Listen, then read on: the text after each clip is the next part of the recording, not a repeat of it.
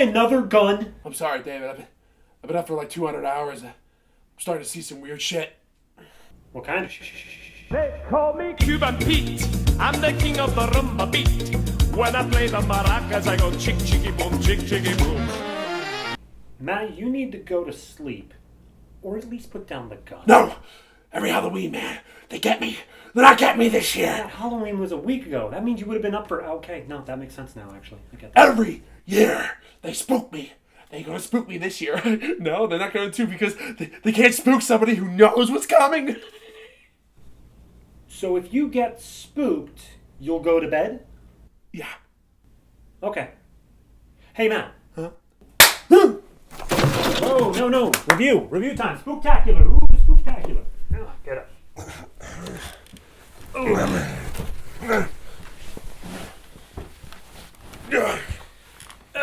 We watched a movie today. Hellraiser Judgment. I'm going to stop everything before I repeat that title again. Because this is a spooktacular that breaks the system a little. Yeah. That's my fault, but let me explain. It was a joint discussion between the two of us. The way that we've been doing spooktaculars is every year we do a Hellraiser film. But we started with the 9th one, and then we we've did been the moving 8th. backwards. So we got to the 5th, which means this year we should have done the 4th, Bloodline. Yeah. But within that interim, a new Hellraiser film was released. This year, Hellraiser Judgment. We made the decision.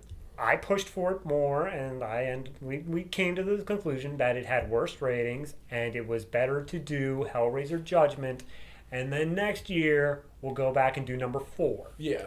So, Hellraiser Judgment. Now, one of the reasons I wanted to do Hellraiser Judgment was because Hellraiser, what was the last one? Inferno, I believe? Yes. Inferno was number 5. It was a detective thing. And I believe that number 6, whatever that was also a detective thing. I was sick and tired of detective things, and number 4 is another detective thing. It's where the major detective theme kind of really started in Hellraiser. So what I wanted to do... It did exist, but that's where it kind of became a through line. What I wanted to do was one that wasn't detective. And so, in the trailers for this, to be fair, I didn't watch the trailer, but in the synopsis that I read, it didn't say detective. So I was like, okay, cool, we'll do that. So the plot of this movie is Two detectives. God damn it. 2 detectives. They are brothers. I'm going to just need their names here. Sean and David Carter. Sean is the older, gruffer one, and he doesn't play by the rules, but David is the younger and more spick and span. I'm not going to toot my own horn there. And then there's also Dwayne Carter, who just is the black sheep of the family and raps about Tucci. Okay. We don't see him that much. That would be amazing if we saw him in this. There is a murderer. God, I can't remember the name. The Preceptor. The Preceptor. And he kills based off of the 10 Commandments. People who break 7 style. Like, literally, he, makes their punishment fit their crime. Blah, blah, blah, blah, blah, blah, blah. Said he's got more to work with than just the 7 deadly sins. Mind you, it doesn't fit nearly as well as the other guys. No, and also because there's some real stretches with trying to say, especially was it we can get into that. It's like the false idols was the first one we see in the movie. Yeah, there are already 7 deaths before we show up here. And then we are presented with the 8th one, thou shalt not have idols before me, where it's a woman who's like, oh, I worship my little dog. Which, you obviously know that's not... Yeah, that's fuck you. But whatever, he just wanted to kill the woman. The Preceptor. So they come in and they're like, okay, we got to figure this out. But they're introduced to another female detective. Which they introduce themselves at gunpoint. Allison? No, that was the wife. No, that is the wife. Christine. Christine, sure. Christine. I didn't even know. Same, that didn't ring any bells. No. I knew her by last name. Edgerton. Detective Edgerton. So Detective Edge. There's so much edge. So anyway, she's introduced this movie, and she's like, hey, I'm here to help you. Catch me up on the case in the form of exposition. So they Pretty go much. through the entire thing of the case, and they're just like, here's how this guy works, and here's all this stuff, and here's my thing of that I'm a gruff cop on living by the edge or whatever. And David's doesn't get a lot of backstory, honestly, but Do you really think he needs it, though? you may have noticed in the synopsis I haven't said the word Cenobite yet. It's because the movie doesn't really either. It opens up with a scene of them capturing a guy. He admits that he is a pedophile and a murderer, and we are led to believe throughout the course of the movie that he is also the preceptor who has been killing people based off the sins. And what they do is they kill him in a way where they introduce him to the auditor who makes him confess his sins, writes it all down. The assessor eats the paper. Then he vomits it out onto the jury, who are 3 topless women with scarred faces. And I don't think it's obviously like real paper because it's got like this kind of like weird limp, floppy, I don't even know. like texture to it. Then they give their verdict. Of course, he marinates it in children's tears. Yes, I forgot about the children's tears. Fucking nice Final Flesh reference, guys. They then clean him with the cleaners, a bunch of completely nude women. Then the butcher comes in, but I don't think he starts until there's another guy, the butcher and it's whatever. Fucking surgeon. The surgeon, that's right. They cut him up, they take off his skin, and then the blood is drenched onto the jury, like full on, like cum shot fucking onto like the chest. bloody cum shot onto tits type of deal. Terrible. It's really fucking stupid. And Pinhead barely is involved in that at all. So that happens with a whole bunch of those Cenobites. Then we follow the murders for like an hour. At one point, the guy gets a lead that like, hey, this place that we saw earlier, 50-50 Ludovico place. Ludovico, okay. Okay. But he ends up going there alone, and they end up capturing him. He's like, all right, so confess your sins. They're like, all right, cool. Here's everything I need to know. It's like, wow, you're playing along. I like this. Cool. And he's like very upfront about everything. He goes through all of his sins, and he's just like, all right, but we of course don't see or hear all of them. So when his sins are being eaten by the assessor begins to literally like die, like he is in pain, and as he's bleeding out of them everywhere. As he vomits the blood out into the vomit bucket for the jury, they start dying as well, and it's like the auditor goes to Pinhead. It's like, yo, the only time that happens is if they're innocent. That doesn't happen. And it's like, I don't like, go talk to you know who. So they go to a room that literally has like an angel and what seems to be the gateway to heaven. And the angel's like, yeah, no, he's part of my plan. Let him go. It's like, but this is obviously not something that he's guilty as fucking sin. He's killed plenty of people. It's like, yes, but he's religious, so let him go. He's like, no, he's part of the plan. Yeah, part of the plan. It's all part of the plan. So they let him go, and then he gets his brother, comes back there, but it's all gone at this point. Yeah. So then the clusterfuck of the last part of this movie. So then it's revealed that he's been dropping these Bible verses that also kind of tie into like the letters that the preceptor, fucking whatever. He lets in the preceptor, and it's like, oh, I think my brother might be the preceptor, but he takes along the female detective and knocks her out, and it's revealed that he's like super actually like religious, and he believes himself to be virtuous. Because he lives by the 10 Commandments, except for that whole "do not murder" part. No, he's like an Old Testament guy. Crusades are all cool as long as you're doing the name of the Lord. It's all good. Name of the Lord. So what he ends up doing is he knows that the Cenobites are going to be after him because he took one of their boxes after he left.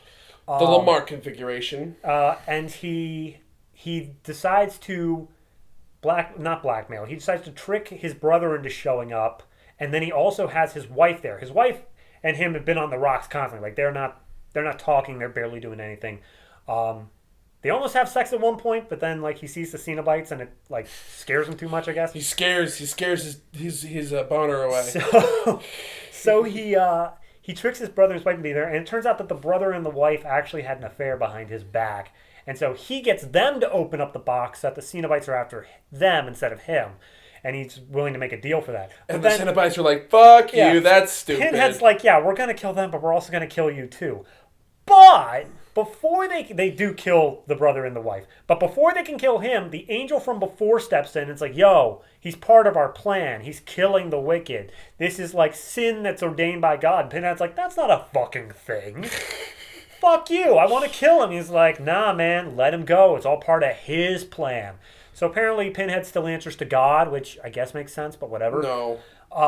And so he lets the guy go, but he lets him go in the devilish sort of way, where as soon as he's let go, he's immediately shot down by the girl detective that he had there to begin with. And it's like... She empties like a full clip into him, The best part was it was shot, and then he started like saying his Bible verse, and he got like maybe 3 words out, and then just... She's like covered in blood, too. Yeah. So his story really ends there, but then, this is super spoilers, then the angel is like, you knew that would happen. He's like, yeah, and so what? By the way, you know what? I don't like being bossed around. So he hooks up the angel and says like, you've sinned too. You're bad as well. I'm gonna punish you as well. It's like, you don't know what you're doing. Shit's gonna go down if you go against his word. And it's like, what's he gonna do? Punish me? I love punishment. I'm gonna jack off to that shit. So he ends up killing that angel, who was the angel who banished Adam and Eve from the Garden of Eden. And so the auditor steps in. He's like, we may get off on punishment, but that whole thing was banishment. Are we cool with banishment? And it turns out God banished them from the Cenobite dimension, aka hell, and made them mortal. And that's how the movie ends. Is now the Cenobites are all earthly mortals. In other words, it's the ending of the prophecy too. Yeah, that's stupid. There's a review of Old Cinema Historia. Yeah. Anyway. Yeah. So we're already like a good 10 minutes into this. And that's just the plot. I'm sorry it took so long. Now, one bit of backstory when it comes down to the people who made this. Yes. The director of this is Gary J. Tunnicliffe, yes, who played the auditor.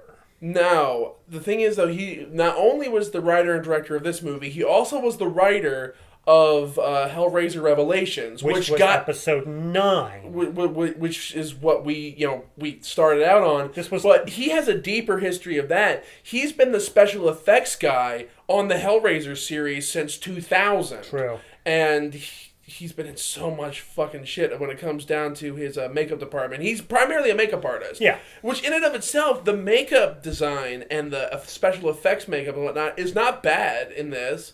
I still think that they fucked up Pinhead's design. Yeah, I don't know. It used to be like chalk white, but now it's more of like just his skin tone is really, really, really like almost albino level of pale. But it also like the way that they also do like the pins and stuff is it looks so much stupider than it used to. Yeah. And I was never a huge fan of Pinhead's design in the first place. But it does what it needs to, and it's iconic. I give it that. But I think that in the original films, like the original original trio, and then leading into the later films, his design was better. But based off of the plot, when it comes down to this particular instance compared to Revelations, because he didn't direct Revelations. That was a different director. He wrote it. He's also been a stunt performer. I mean, this guy's been in a lot. He's been doing a lot of shit. We're in spooktacular mode here. So when it comes down to these two movies, this is miles ahead of Revelations. Absolutely, without question, so much better. But it is. You were saying while we were watching that you believe Revelations had a bunch of studio interference and like production company stuff. From some of the stuff that I read, I got the impression that was the case, right, and that was the reason why Gary Tunnicliffe came back. That was literally 5 years ago. So we have trouble remembering that, but yeah, there's a lot. All right, so with this movie, where do I even start with it? First off, the detective angle. We've been here before. You can have murders without detectives. Yes, is it easier to get a detective to be around murders? Yes, of course, but it's not impossible, especially in a fictional world that you decide every aspect of. Yeah. Come on, man. You really don't need to have that element of this to make this type of film work. Here's the biggest thing, though. Revelations wasn't a detective film. The previous movie in continuity... No, it was a remake in some ways. It was kind of like a reboot of the first movie. It was a family that was dealing with this person who found the Lamar connection. And that's exactly the plot line of the first movie. But that was bad for other reasons than the fact of it was a detective. It wasn't a detective thing. Like, it was bad for, like, the way they shot it and the lighting and the story and everything else. But this... editing was nonsensical. Yes. So many times I was just like... what are we looking at? Well, yeah, that's in this movie. It was like... this one is awful. This is terrible. It's terrible, but not nearly as bad. There's long sections of the film where we're literally looking at them trying to like go through like these dark hallways, and all you just keep seeing is just the lights flitting back and forth. I'm like, apparently something's going on. I see light on walls. No, I understand that this movie, like, the Hellraiser's always been marked by, the hell dimension is dark and dreary and whatever. And they spend a lot of their time either in a detective's office, which they flat out say doesn't have the lights on because the fluorescents give them a migraine, or in the Hellraiser, like, halfway home is the best way I can describe it. Because it's not hell. They don't have all the chains and shit. But it's also where they do all their ritualistic. It's a place that mortals can reach. 55 Ludovico is just on a map. I don't even think it's like even an in-between area. I think they... well, actually, no, that would make sense because they never really operate just straight out of the more. At the same time, they could be completely rewriting the fucking rules. Yeah, which to be fair, has been done so many times. The problem being is that when the rules start becoming too constrictive, like you lay down too many aspects that people have to follow, like then it becomes an issue of like, okay, but we can't do that because in this earlier movie we said this. So right now we're just rewriting them to literally be demons and the devil. Yeah, I don't know. I mean, again, like I don't remember. We'll eventually get there. But what the original baseline attitudes was. I mean, like the angel when she gets torn apart at the end, she says, "And Jesus wept." And Jesus wept, which is the classic line at the end of the first film when the guy gets ripped apart. Get it? It's like poetry. It rhymes. And that's the thing, though. Okay, I obviously know that this is a callback to that, but it's nowhere near as fucking unnerving as the original one. Yeah. Again, I've said many times when we've been going through the Hellraiser movies that, based off of my memory, I've never been a really big fan of the first ones, but they were still competently made, and they still were fucked up and scary. Right. But this one...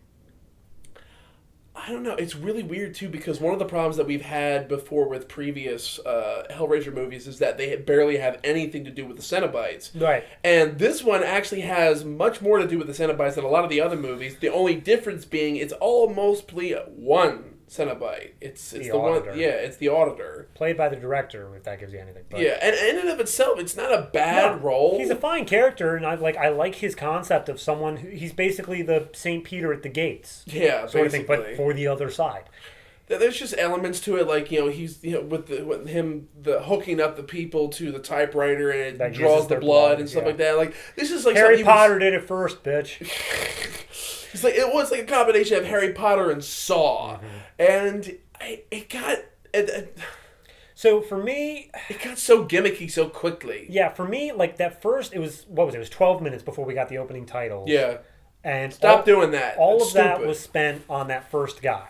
Yeah, we just went through the ritual, which it give you context of what's going on and why. Right. Well, actually, not slash that. Just what's going on and what's going to happen. We don't know why until literally shit starts going wrong. Yeah. So when it came down to the ritual part, it was all Cenobite. Like they were introducing literally like you had assuming. See, here's the thing: the auditor is very Cenobite-ish.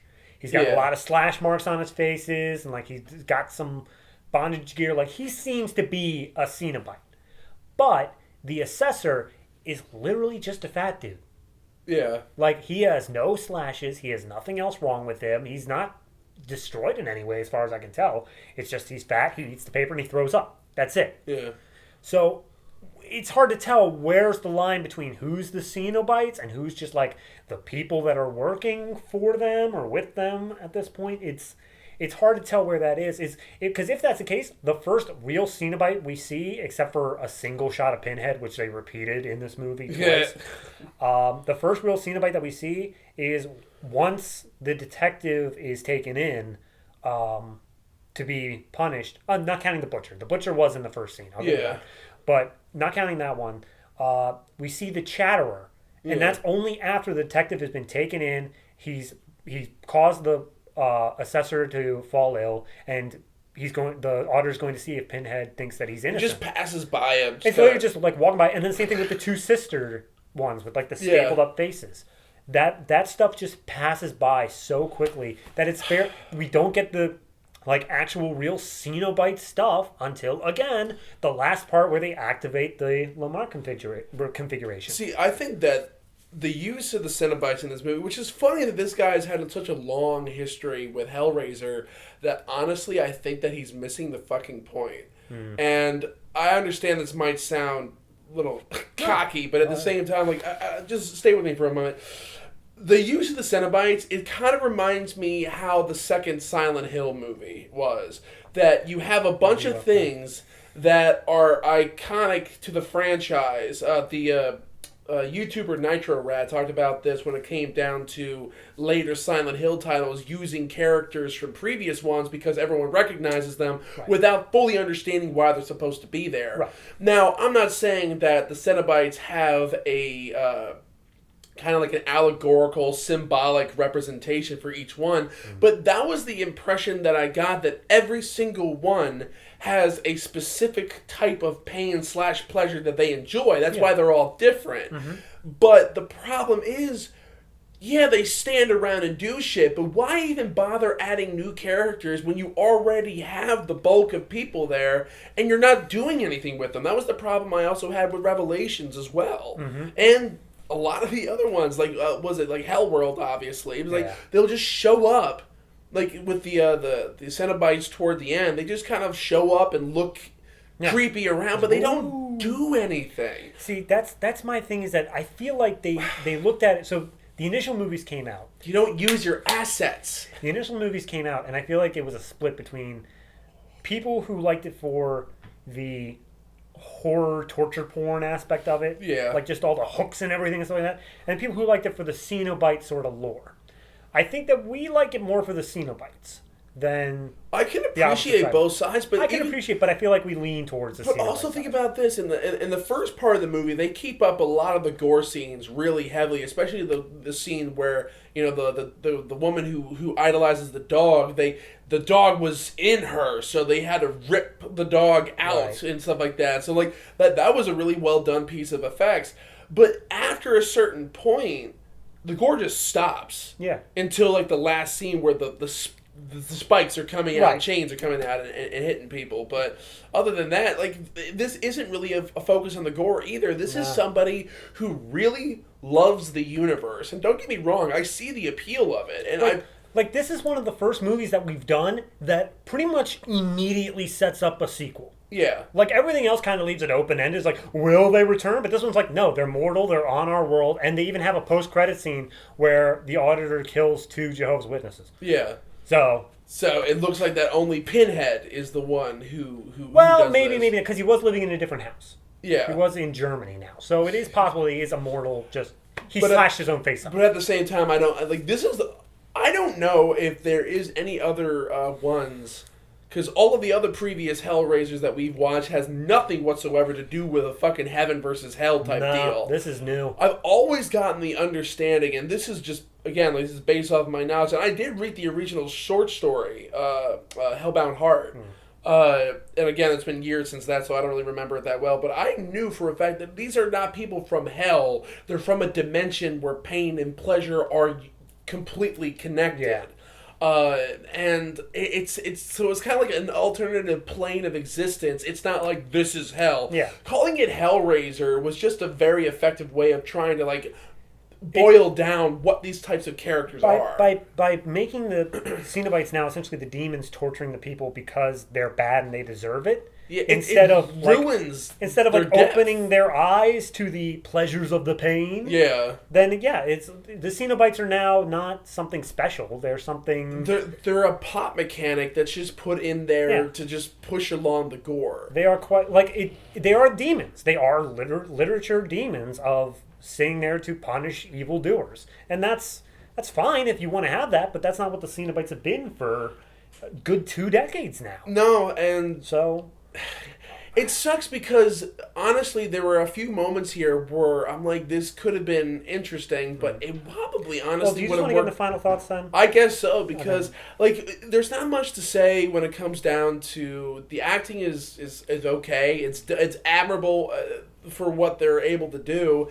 And there's aspects of it, honestly, that if this was not a Hellraiser movie, if this was just kind of like this heaven versus hell demonic type of deal, because never once in any of the other Hellraiser movies you came up with the idea of the Auditor, right? And so it's like the fact that these characters were made. It was made for this movie. Exactly, and they're not this type of structure that they're bringing in corrupted individuals to do all this type of shit. Like they're passing judgment on these things. Okay, you could do that, but why in the world involve Hellraiser beyond the fact that it's just simply name recognition? Right, and that's been the problem. Like we did the Day of the Dead review, boom, and that was it was name recognition, and it's telling a story, and maybe it does fit within your worldview of like how you think this series should go. Yeah, I'll admit, heaven versus hell, like that's a good sort of story to build up to, but not if you're like the 10th movie in a franchise. That's the point where it's like, okay, where it's completely against everything else that's gone through the franchise up to that point. Exactly. We haven't even sat through the first few movies that are actually Clive Barker approved. Right. But we still have a consistent rhythm, even with the movies that were obviously other properties first. This is so completely out of left field when it comes to the Hellraiser franchise. Frankly, I don't. And it's funny that we're saying that because we actually have a particular standard when it comes to the Hellraiser movies. But for me, special effects were fine. Everything looked fine. It was super dark, like to the point of I couldn't tell. Visually, we couldn't see it. Also pretty quiet, but. Hey, whatever, because there were those quiet moments and those really loud ones with the slashing, whatever. But quiet moments were just a little bit too quiet. But again, that's supposed to get you in a horror movie, so whatever. For me, not a particularly shameless fan service. Not a good movie, but a really not good Hellraiser movie. It's one of it kind of follows along with Revelation being the fact that it fits the fact that this guy kind of did both. It's just that. It's an idea that of somebody who loves Hellraiser but just doesn't fucking get what Hellraiser is about, and that's weird coming from me. Yeah. But yeah, so those are our thoughts on Hellraiser Judgment.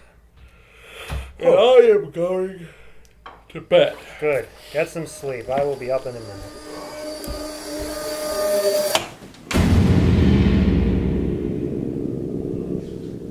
No.